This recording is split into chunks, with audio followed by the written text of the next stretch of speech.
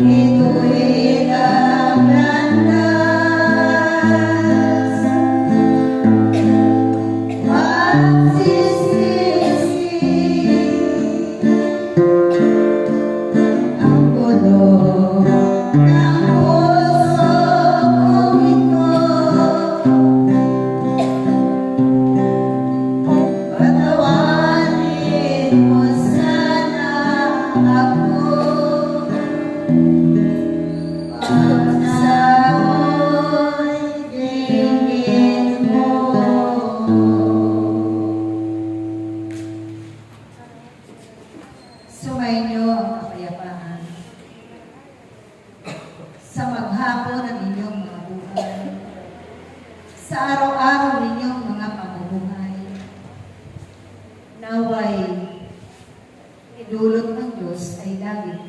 kagandahan at kagalakan.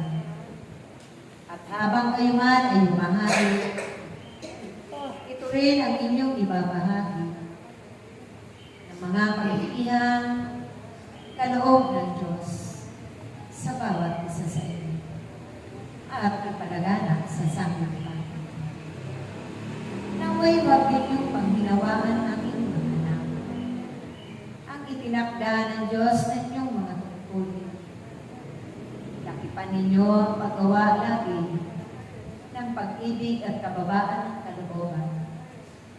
Magpakailanman at hindi kayo susuko sa inyong mga paglilingkod sa kapwa-tao, higit sa Diyos na makapangyarihan sa lahat. Tatanggapin ninyo ng buong pagpapakumbaba ang lahat ng paihintulot ng Diyos. Dahil yan ang inyong mga pananalig at pagtitiwala. Higit ang inyong mga pananampalataya sa Kanyang kapangyarihan na kailanman ay hindi kayo iiwan ng Diyos at tatalikuran ito sa inyong mga buhay at sa mga pangako ninyo, gampanin na buong pusong pag-aalay ninyo ang inyong mga sarili na may kagalakan at buong pagtitiwala na kailanman pagsama ninyo ang Diyos lagi sa lahat ng sandali ng inyong mga buhay. Siya ang makatutulong upang mapagtagumpayan ninyo ang lahat ng iyan. Anuman ang mararanasan ninyo ng mga pag-uusig, pag-aalingwa, pagpaparatang ng walang katotohanan. Kung dumating man ang takdang panahon na ito'y ipararanas ng Diyos sa inyo, dahil pinangahawakan niyo lamang lagi at itinago na ninyo sa inyong puso't kalooban ang kanyang mga pangakong mabubuti, ang kanyang mga pamamahala na kailanman hindi ninyo pinag-aalinlanganan mga bagay niya, pinangangambahan ang mga pangalan dahil nariyan lagi ang pagliligtas ng Diyos sa bawat saan man kayo itatakdan at anuman ang inyong gaganapin ang matungkulin para sa kapwa-tao higit sa Diyos na makapangyarihan sa masigit pa ninyo na pagpapaigting ang inyong mga pagsunod, ang inyong mga pananampalataya. Titibay ito mas higit pa sa tibay ng pader. Dahil siya ang inyong sarili sa lahat ng oras at sandali ng inyong mga buhay. Siya ang inyong pag-asa. Siya ang inyong gabay at patnubay sa araw-araw ninyong Panginoon.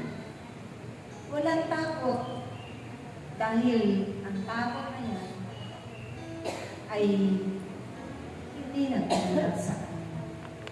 Nariyan ang kapatagan ng inyong kalooban upang harapin anuman ang darating na Kanyang pahihintulutan, mga pagsubok man o sulit, mga pasanin man na mabigat. Dahil kayong lahat ay tunay na umasa. Ang Diyos ay maraming magagawa sa lahat ng ito, sa inyong mga buhay. Walang duda na kayong lahat ay patuloy na sumusunod ng buong kababaan ng kalooban dahil sa Kanyang mga aral na inyong natutunan at ito man ay lahat magiging daan ang inyong kayamanan doon sa Kanyang kaharian sa pag-usad ng panahon at pagdaan ng mga panahon at pagkakataon. At hanggang ngayon nariyan ang inyong mga hiram na buhay. Nariyan ang inyong mga kalakasan mga himala ng kagalingan na ito'y kaloob ng Diyos at pinapatutunganan ninyo lahat sa buong sanlibutan na napaka-dakilang ng Diyos na nagpahalaga at umibig sa inyo lahat. At tunay na siya'y buhay na buhay na inyong pinapakuli, sinasamba na may pagkakaisa, inaawitan at iniindakan.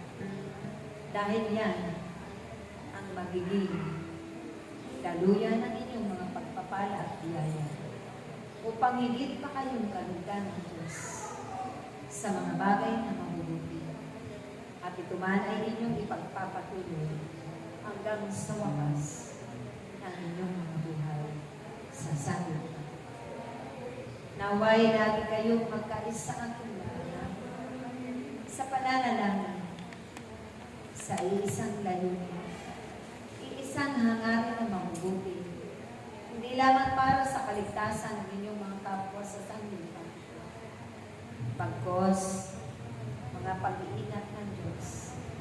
At ito man ang magiging daluyan ng biyaya at pagbabalik ko ang bawat Pilipino sa piling ng Diyos. Amen. Praise you.